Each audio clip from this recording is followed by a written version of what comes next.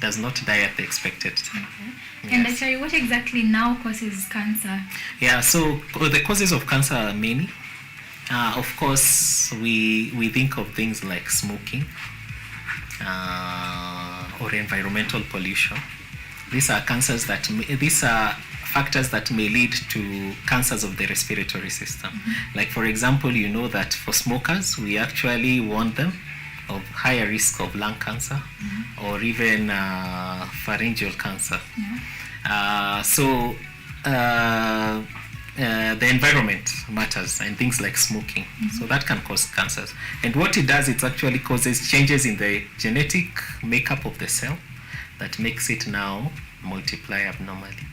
So you can also have radiation, for example, like the sun, excessive sun exposure, and you have cancers of the skin. So radiation can actually cause, and you can even have radiation, artificial radiation, for example, like in a nuclear war or in a nuclear bomb. You find actually the nuclear radiation can actually cause cell changes. Diets also have a role, and particularly the processed foods. So you have like things like sausages, ham, and the processed meats. And actually those have been shown to cause gastrointestinal cancer. So you are talking about colorectal cancer, particularly associated with processed foods. The other cause of cancer can be viruses. For example, like we have the human papilloma virus or HPV virus that is associated with cervical cancer. We have the H. pylori, the bacteria that's associated with stomach cancer. So infections can also predispose. They actually might not cause, but then they'll predispose. Yeah. So actually, now we've talked about various types of cancers. Maybe you could narrow down to the ones that are more common to women, that is breast cancer and cervical cancer. Why is it that they are more common to women?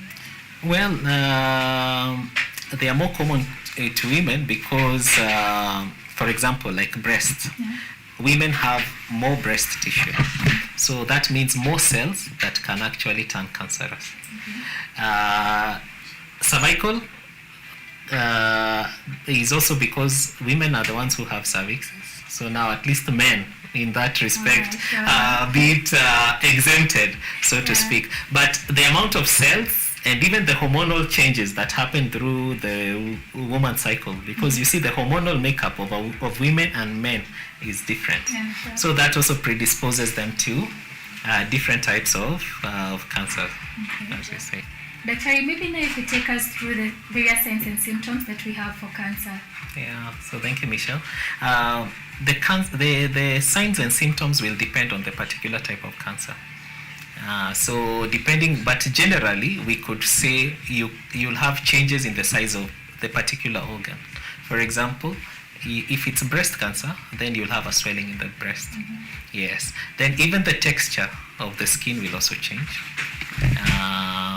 You may have like bleeding, for example.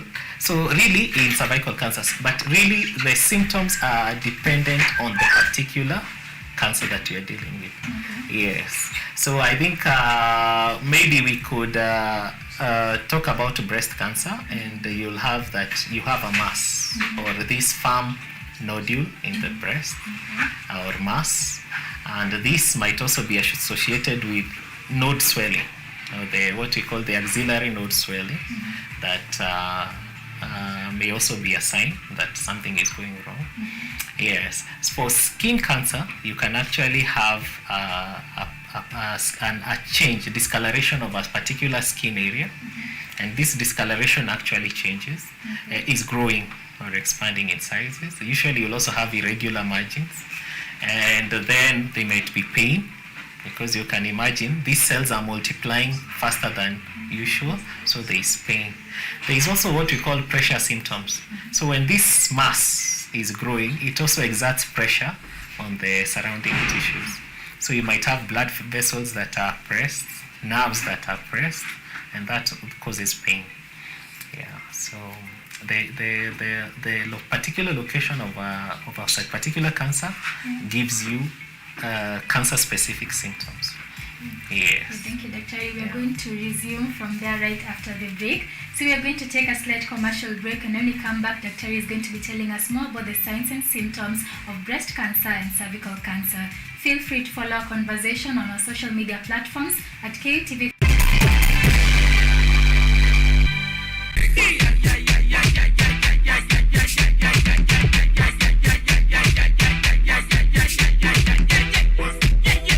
What is this magic?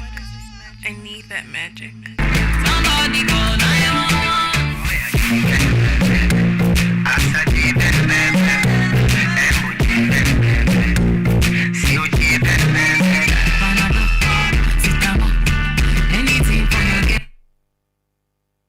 Technology, science, innovation, ICT and research. These are the ingredients upon which the solutions to the 21st century problems are founded. In a world that is rapidly changing, it's all hands on deck to ensure a balance in all fields of life.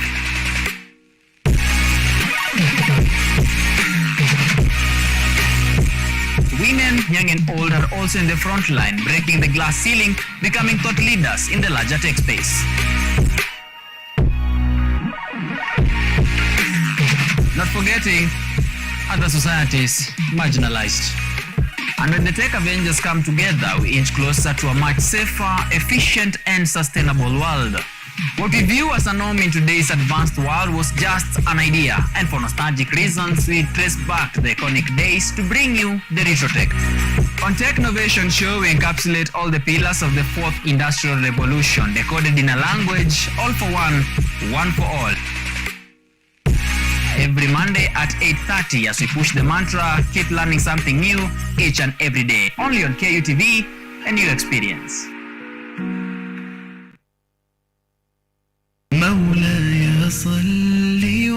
Kabla ya mwezi mtukufu wa Ramadhan kuingia, ni saa ngapi, ni wakati gani, ni siku gani Ramadhani iingie? Kila mmoja alikuwa anafaa awe na hima siku ya Idi, kuwa na furaha, jitakase, waombee waliotangulia maombi, wafanyie maombi. Kwa hivyo bado nafasi unayo. Man swama Ramadhan. Maulaya salli wa sallim daiman abada.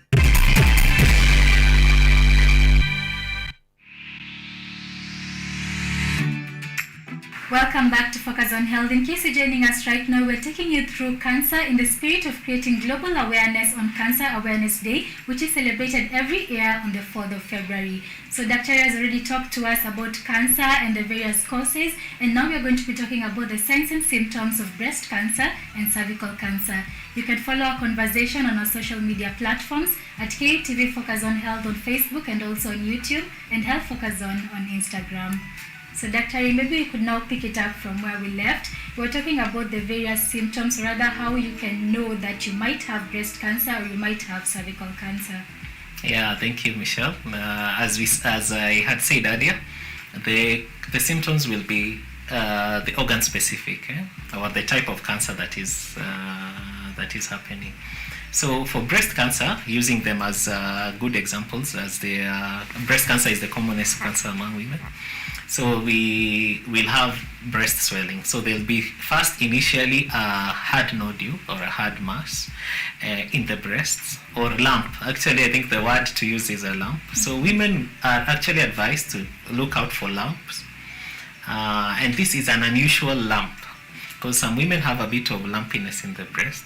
So an unusual lump that is firm, that is hard, and was not there before. Mm-hmm. So that is something that will arouse a bit of worry. Sometimes this lump also causes skin changes on top of the breast, mm-hmm. on the surface of the breast. So you have what we call dimpling of the skin. You might have swelling of the axillary lymph nodes. So you have armpit pain and swelling and additional lumps on that area. The nipple might also produce an abnormal discharge, and usually a bloody one, assuming that the lump is close to the nipple. Mm. Yeah, so those I would say are the commonest signs that you would have for breast cancer. And we, of course, we want to sensitize women that actually any lump in the breast needs a bit of evaluation to just rule out the chance that it could be a cancerous lump. For cervical cancer, again, the symptoms are related to the location of the cervix. So you might have abnormal vaginal bleeding. Sometimes the periods become irregular, and so you have heavy flows that are abnormal. Another common symptoms is low abdominal pain among women. Something else that might also happen is pain or bleeding during sexual intercourse that was not there before. So all these are red flags that should alarm a woman and should actually kind of inform the woman to actually seek medical attention. Of course, we actually encourage the women to actually have pap smears. Yes, so that at least that rules out the chance of the bleeding or these changes being malignant. And you want them to catch these symptoms in good time. Yes, so those I would say are the symptoms that I would relate. Maybe I can also have talk about symptoms for prostate cancer now, also to balance the gender mix. So in men, and actually the leading cancer among men is actually the prostate, and you find that the symptoms would be urinary blockage or changes in the urinary pattern. So you find somebody does not pass urine in the normal way, because you understand the prostate is actually located just below the bladder, and so there is urinary retention because the prostate has swollen. There is also pain, either when passing urine, sometimes they might be bleeding and all that. Yeah. Actually, apart from the factors that we've mentioned that will not predispose you to cancer, let's talk about genetics. Would you say that cancer, can be passed from, maybe let's say your grandfather had cancer and then it kind of like now goes down even to you? Yeah, so thank you. That's quite an interesting question, and it relates to cancer. By its basis is genetic, because there are these changes in the genes that cause cancer. So the actual causation of the cancer itself, or a cell changing to a normal cell changing to a cancerous cell, is actually genetically mediated. However, we know, like breast cancer particularly, has a very strong genetic predisposition. And it's actually, in that sense, hereditary. So if you have parents or siblings that have breast cancer, your chances of having the genetic mutation or genetic change that will predispose you to breast cancer is very high. And actually, for that category of people, we actually classify them as high risk of breast cancer. So definitely there is a hereditary genetic basis to cancer. Yes. And Dr. Is it spread? Is there a way that maybe cancer can be transmitted from one person to another other than the genetics? Yeah, so cancer is actually generally classified as an uncommunicable disease. So it's not something that if I cough or maybe we stay in close contact, I can transmit. It's not infectious. However, we know that there are exceptions, and these exceptions are like the cervical cancer. And we know that human papilloma virus, or HPV, a sexually transmitted infection, has been associated with over 90% of cervical cancer. And in that sense, the STI, which is HPV, which is actually a transmissible disease or an infectious disease, causes cancer. So in that sense, you can say that cervical cancer is actually sexually transmitted. Yes. Actually, maybe people talk about the diagnosis. How do you get diagnosed with cancer, maybe breast cancer or cervical cancer, just generally? Yeah. So, cancer diagnosis requires biopsy and what we call a pathological diagnosis. So the doctor, after detecting, let's using the example of breast cancer. So after a doctor gets this lump, we'll need to biopsy. That means we need to surgically excise or take part of that lump and sample it, and we take it to a pathologist who actually now analyzes that sample and actually gives us a pathological diagnosis. The pathological diagnosis is quite important in the sense that it gives you what type of cancer cell has actually changed, and then is this cancer a malignant type or a benign type? So which are all very important in terms of treatment. Yeah, so that's generally, even for cervical cancer, you will have a biopsy of the cervical tissue, which is taken to a pathologist who gives us a diagnosis. That is the confirmation of cancer. Doctor, maybe you could clarify even to our viewers the meaning of the terms you've used, malignant and benign. What do they mean? Yeah, so benign, we cancer cells are of two types. So you have benign, or we could call them tumors or cancers at the end of the day. So you have a benign tumor or a benign cancer is a cancer that is localized, meaning it's the cell types do not move away from the primary organ. So like for women, you have in the breast, some types of lumps are actually benign tumors. We call them fibroadenomas. So these are cells that have undergone changes, and you actually have a lump, but this lump does not invade, does not move away from the breast. So it's a localized lump. If you surgically remove that lump, then the tumor or the cancer is cleared. However, now you have malignant tumors or malignant cancers. This actually, so if you have malignant breast cancer, the cancer cells move away from the primary organ. So you started with breast cancer. The cancer cells can either move to the liver, to the lung, to the bone. So they invade other tissues, and that's what we say. That is a malignant tumor. Okay. And actually, maybe now we could go to the various stages of cancer, and in line with that, we can talk about also the various treatment methods that we have for cancer. Yeah. So we have generally 4 stages of cancer. And once a diagnosis of cancer is made, the next thing would be to kind of stage it so that we know what kind of modalities to implement. So generally, stage 1 and 2 are cure is possible, but stage 3 and 4 usually we think of palliation. Yes. So stage 1 refers to cancer that is localized in the primary organ and it has not moved. Stage 2, still in the primary organ, for example like the breast, and has not moved, but it's a larger tumor than stage 1. So the size of the lump or the mass or the tumor is bigger than stage 1.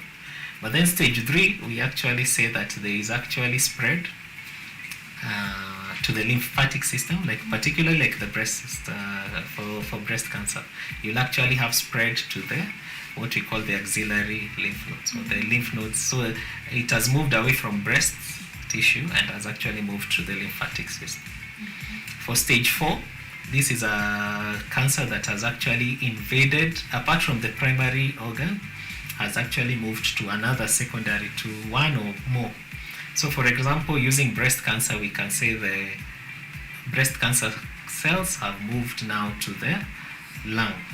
So you can actually do imaging, CT scan or MRI, and you actually see that cancers, there is actually evidence of cancer in another organ.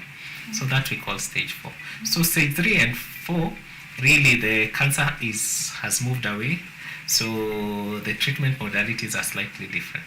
So for stage 1 and 2, you want to surgically, so in general, maybe to go back, in general, cancer treatment has 3 modalities. So you have surgical, you aim to remove the cancer or the tumor or the growth by layman's standards. And then, so surgical is one.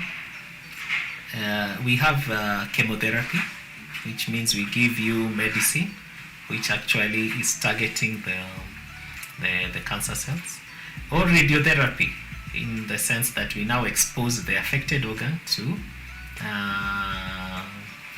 irradiation to try and kill the cancer cells. So in general, those are the three modalities. We generally use all of them in together. So for stage 1 and 2, we can do, because the aim is cure, the goal is cure, you want to surgically excise, then do chemotherapy just in case there was spread. Or you can do surgery and radiotherapy. So that combination. For stage 3 and 4, usually we don't do surgery. We actually go for radiotherapy and chemotherapy to try and contain the cancer cells, slow them down, and generally improve the life expectancy of the affected person. Okay. So actually, even now as you wind up, maybe you can tell us, do we have ways in which you can prevent cancer, and even maybe create now awareness for those who have cancer on how to maybe reduce stigma? So thank you. That's very important. As you know, in our population, we have late diagnosis, which actually affects the outcomes. And when you come late, then the treatment options are quite limited, and the chance that the treatment modalities will work and cure the cancer are limited. So it's important that we have public awareness, so public education campaigns. For example, like during this World Cancer Day, we need to create awareness to inform women. You need to do a monthly breast exam to rule out lumps, and the advice is usually that you have a specific day every month that you examine your breasts and actually discover if there is any lump that was not there before, and in that way you are able to, in a timely fashion, seek medical attention. For cervical cancer, we actually advise for pap smear. So any woman who is above, I think above 30, but I think even the cutoff can be a bit lower, from 25 years and above, you need to have an annual pap smear. So after you do your first one, you can, if it was normal, then you can be repeating these pap smears every 3 years. Yeah, so that is the general standard. However, for people with immunocompromised systems, and we talk about people maybe on drugs that affect the immune system, or people who are HIV positive, then for them the guideline says that you should do annual pap smears. Okay. Yeah, so that's also quite important, and people need to kind of go through education the issue of taboos and stigma, particularly in just having wellness checks. For men, on the other side, every man who is above 40, it's recommended that at least once in a year you have a blood test for the prostate-specific antigen. Okay. Yes. So maybe, Dr. we could have your final remarks to our viewers regarding cancer. Yes, so thank you, Michelle, first for the opportunity to be here, and also this platform to actually talk to the public. I would want to just tell them that cancer, if diagnosed early, is curable. And so I would want them to seek medical attention. It's important that when you discover an abnormal swelling or a change in skin color or your normal body contour, that you seek medical attention early, so that if it's cancerous, it's detected early and actually treated. Yeah, so thank you. Thank you so much, Dr. That was very informative. So we've come to the end of our show, and there you had it from Dr. Let us go for early screening. Awareness is important, and let us unlearn the various taboos and myths that are associated with cancer. I've been your host, Bari Michelle. Don't forget to stay safe and stay healthy. You can also hit us up on our social media platforms at KUTV Focus on Health on Facebook and also on YouTube, and Health Focus on Instagram. I will leave you